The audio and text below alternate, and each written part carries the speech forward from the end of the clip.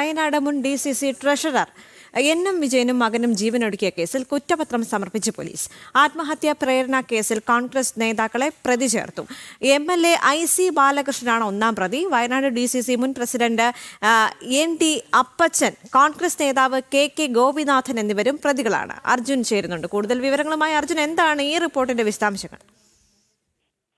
ദേവിക, ഇത്തരത്തിൽ ഈ കഴിഞ്ഞ ദിവസം ഈ ND അപ്പച്ചൻ ഈ കോൺഗ്രസിന്റെ DCC പ്രസിഡന്റ് സ്ഥാനം ഒഴിയുന്ന ഒരു സാഹചര്യം ഉണ്ടായിരുന്നു. ഒഴിഞ്ഞിട്ട് ഇപ്പോൾ ഏകദേശം മറ്റായിട്ടുള്ളൂ. ഇത്തരത്തിൽ വലിയ രീതിയിലുള്ള ആരോപണങ്ങൾ വന്നതിന് ശേഷമാണ് ഒഴിവായത്. അതിനുശേഷമാണ് ഇത്തരത്തിൽ NM വിജയന്റെ മകനും ജീവനൊടുക്കിയ സംഭവത്തിൽ ആത്മഹത്യാ പ്രേരണ കേസിൽ കുടുക്കിക്കൊണ്ട്, അല്ലെങ്കിൽ അത്തരത്തിലൊരു പ്രേരണാകുറ്റം ചുമത്തിക്കൊണ്ട് ഈ അന്വേഷണ സംഘത്തിന്റെ ഒരു കുറ്റപത്രം സമർപ്പിക്കുന്നത്. IC ബാലകൃഷ്ണൻ MLA ആണ് ഇതിൽ ഒന്നാം പ്രതി. മാത്രമല്ല DCC പ്രസിഡന്റ്, മുൻ DCC പ്രസിഡന്റ് ND അപ്പച്ചനും തന്നെ KK ഗോപിനാഥൻ, കോൺഗ്രസ് നേതാവ് KK ഗോപിനാഥനും എന്നിവരാണ് പ്രതികളായിട്ടുള്ളത്. ബത്തേരി ജുഡീഷ്യൽ ഫസ്റ്റ് ക്ലാസ് കോടതിയിലാണ് ഇത്തരത്തിൽ കുറ്റപത്രം സമർപ്പിച്ചത്. സംഭവവുമായി ബന്ധപ്പെട്ട് 100ഓളം സാക്ഷിമൊഴികളുണ്ട്, ബാങ്ക് ഇടപാട് രേഖകളുണ്ട്, വിജയനുമായി നേതാക്കൾ നടത്തിയ ഫോൺ വിളികളുടെ വിശദാംശങ്ങളുണ്ട്, ഓഡിയോ ക്ലിപ്സുണ്ട്. അങ്ങനെ നിരവധി തെളിവുകൾ ഉപയോഗിച്ചുകൊണ്ടാണ് ഇത്തരത്തിൽ ഒരു കുറ്റപത്രം ബത്തേരി ഡിവൈഎസ്പിയുടെ നേതൃത്വത്തിൽ നടത്തിയിട്ടുള്ളത്. നമുക്ക് സംഭവം എന്താണെന്ന് വെച്ചാൽ 2024 ഡിസംബർ 24 വിജയനും മകനും വിഷം കഴിച്ചത്. അതിൽ 27 വിജയൻ മരിക്കുന്ന ഒരു സാഹചര്യം ഉണ്ടായിരുന്നു. തുടർന്ന് മകനും മരിക്കുന്ന ഒരു സാഹചര്യം ഉണ്ടായിരുന്നു. തുടർന്ന് പോലീസ് പരിശോധന നടത്തിയതിനെ തുടർന്നാണ് വിജയന്റെ വീട്ടിൽ നിന്നും ഇത്തരത്തിൽ ഒരു കത്ത് ലഭിക്കുന്നത്, അല്ലെങ്കിൽ ഒരു ആത്മഹത്യാ കുറിപ്പ് ലഭിക്കുന്നത്. ഇതിൽ കൃത്യമായി തന്നെ IC ബാലകൃഷ്ണനും ND അപ്പച്ചനും അടക്കമുള്ള നേതാക്കളുടെ പേരുകൾ കൃത്യമായി എഴുതിയിട്ടുണ്ട്. 1.5 കോടിയോളം രൂപ ഈ NM വിജയന് ബാധ്യത ഈ ബാങ്കിൽ, അതായത് ബത്തേരി സർവീസ് സഹകരണ ബാങ്കിലുണ്ട്. ആ ബാധ്യതയ്ക്ക് കാരണം IC ബാലകൃഷ്ണനെതിരെ വിജിലൻസ് കേസ് എടുത്തിട്ടുമുണ്ടല്ലോ.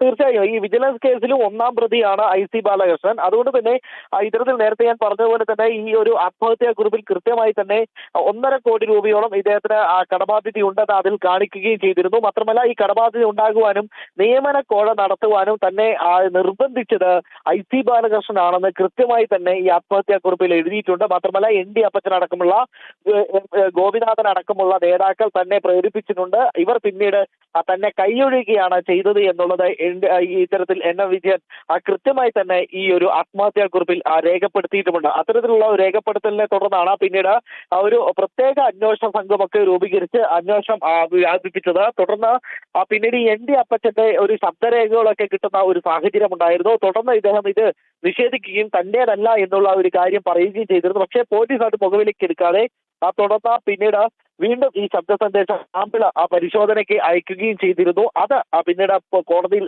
ഹാജരാക്കും എന്നുള്ളതാണ് നമുക്ക് മനസ്സിലാക്കാൻ സാധിക്കുന്നത്. മാത്രമല്ല കുറച്ച് ഓഡിയോ ക്ലിപ്പുകളൊക്കെ ഇത്തരത്തിൽ ഇവരുടെ കയ്യിൽ, പോലീസിന്റെ കയ്യിൽ ലഭിച്ചിട്ടുണ്ട്. ഇതും ഇത്തരത്തിൽ കോടതിയിൽ സമർപ്പിച്ചിട്ടുണ്ട് എന്നുള്ളതാണ് നമുക്ക് മനസ്സിലാക്കാൻ സാധിക്കുന്നത്. അത്തരത്തിൽ വലിയ രീതിയിലുള്ള ഒരു ക്രമക്കേട് ഈ ഒരു സ്ഥലത്ത് നടന്നിരുന്നു എന്ന നേരത്തെ തന്നെ ദേവിക സൂചിപ്പിച്ചതുപോലെ തന്നെ വിജിലൻസ് സംഘം കണ്ടെത്തിയിരുന്നു. വലിയ രീതിയിലുള്ള ഒരു ക്രമക്കേട് ഇവിടെ നടന്നിരുന്നു. അതായത് നിയമന കോഴയുമായി ബന്ധപ്പെട്ട ഒരു ക്രമക്കേട് നടന്നിരുന്നു. നിയമനത്തിന് പണം വാങ്ങുകയും എന്നാൽ തുടർന്ന് നിയമനം നൽകാതെ അവരെ വഞ്ചിക്കുന്ന ഒരു സാഹചര്യം ഉണ്ടാവുകയും ചെയ്തു. പക്ഷേ ഇതിന്റെ എല്ലാം അവസാനം ഇവയെല്ലാം തലയിൽ വന്ന് വീണത് NM വിജയനാണ്. അതായത് മുൻ DCC ട്രഷറർ എന്ന നിലയ്ക്ക് അദ്ദേഹത്തിന്റെ തലയിലാണ് എല്ലാം വന്ന് വീണത്. തുടർന്ന് വലിയ രീതിയിലുള്ള വലിയ പ്രശ്നങ്ങൾ ഉണ്ടാവുകയും പിന്നീട് ഒരു 50-55 ലക്ഷം രൂപ ഈ NM വിജയന് നൽകിക്കൊണ്ടാണ് ഈ കുടുംബത്തെ ഒന്ന് ആശ്വസിപ്പിക്കാൻ കോൺഗ്രസ് നേതാക്കൾ ആയത്. കോൺഗ്രസ് ഒരു പ്രത്യേക സംഘത്തെയൊക്കെ രൂപീകരിച്ച് ഇത്തരത്തിൽ ഈ കുടുംബത്തേക്ക് അനുനയിപ്പിക്കുന്ന ഒരു സാഹചര്യം ഉണ്ടായിരുന്നു. എന്നാലും ഈ കേസിന് മാറ്റം ഉണ്ടായിരുന്നില്ല. തുടർന്നും വീണ്ടും കേസ് എടുത്തുകൊണ്ട് തന്നെ പോലീസ് അന്വേഷണം തുടരുകയാണ്.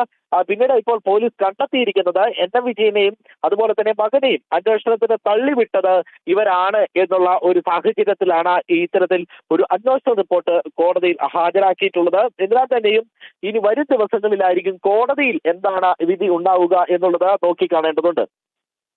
ശരി അർജുൻ.